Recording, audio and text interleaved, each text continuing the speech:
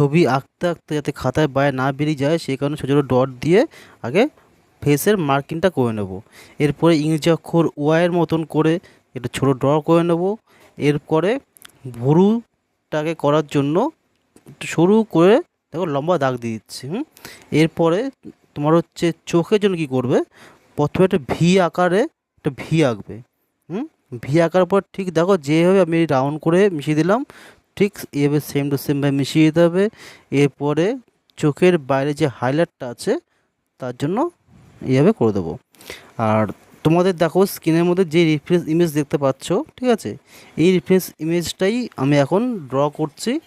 তোমরা চাইলে একটা স্ক্রিনশট নিয়ে রাখতে পারো। এরপরে তোমরা এটাকে চাইলে ওয়াটার কালার দিয়ে হোক বা পেস্টাল কালার দিয়ে হোক তোমরা এটাকে সুন্দরভাবে ড্র করতে পারবে। তো দেখো খুব সহজভাবে আমি দেখাচ্ছি। প্রথমে ইংরেজি অক্ষর ওয়াইয়ের মতন করে ভুরু আর নাকটা হয়ে যাবে। এরপরে ভিয়ের মতন করে চোখ হয়ে যাবে। তো নিচেও একটা ভিয়ের আকার দিয়ে দেখো নাকটা বানিয়ে ফেললাম। তো এটা খুবই একটা সহজ ইমেজ। তোমরা খুব সহজে ড্র করতে পারবে। এরপরে দেখো ঠোঁটটা কীভাবে করছি সুন্দরভাবে। দেখো প্রথমে নাকের সাইডে রাউন্ডটা করে নিলাম যাতে ঠোঁটটা আমার এর বাইরে না বেরিয়ে যায়। তারপরে দেখো কীভাবে সুন্দরভাবে ছোটো ছোটো ছোটো ডট দিয়ে দিয়ে ছবিটাকে আমি কমপ্লিট করছি।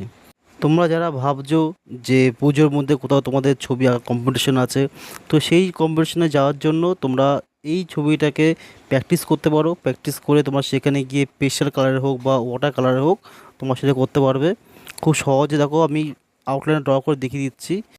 ফেসের আউটলাইনটা যদি একবারে এবার না টানতে পারো তাহলে কি করবে, ছোটো ছোটো ডট দিয়ে নেবে। ছোটো ছোটো ডট দিয়ে মার্কিংটা করে নিয়ে এরপরে তোমরা সেই মার্কিং অনুযায়ী পেন্সিলটাকে টানো। তাহলে দেখবে খুব সহজে তুমি আউটলাইনে ড্র করতে পারবে। বেশি রাবার তোমাকে ঘষতে হবে না। আর খুব ইজি হয়ে যাবে।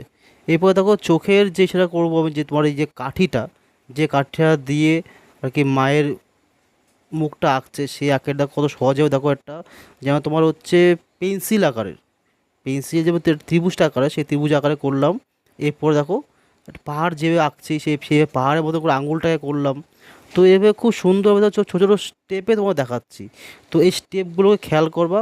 তোমরা চাইলে পরে এই ভিডিওটাকে তোমরা চালিয়ে দিয়ে তোমরা তোমার খাতার মধ্যে প্র্যাকটিস করো। যেভাবে প্রত্যেকটা লাইন আমি টানছি সেভাবে তোমরা দেখে দেখে দেখে দেখে টানো। দেখবে তোমরা খুব ইজি এই আউটলাইন ড্র করতে পারবে। আর একবার আউটলাইন ড্র করার পর দেখবে তোমার সেটা প্র্যাকটিস হয়ে যাবে। এরপর তোমরা যেখানে কম্পিটিশনে যদি যেতে চাও, কম্পিটিশনে গিয়ে তো তোমরা খুব ইজি খুব সহজে এর আউটলাইন ড্র করে তোমরা ছবিটাকে কমপ্লিট করতে পারবে। সেটা ওয়াটার কালার হোক বা পেস্টাল কালার হোক খুব সহজে করতে পারবে।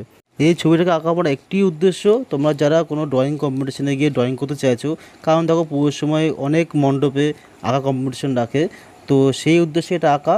তো তোমরা যদি আঁকতে চাও তোমরা যাতে খুব সহজে যাতে এটা আউটলাইন ড্র করতে পারো সেই কারণে আমি এটা করে দেখানো। যদি তোমার ভালো লাগে তো ছোটো অবশ্যই লাইক করো ভিডিওটাকে।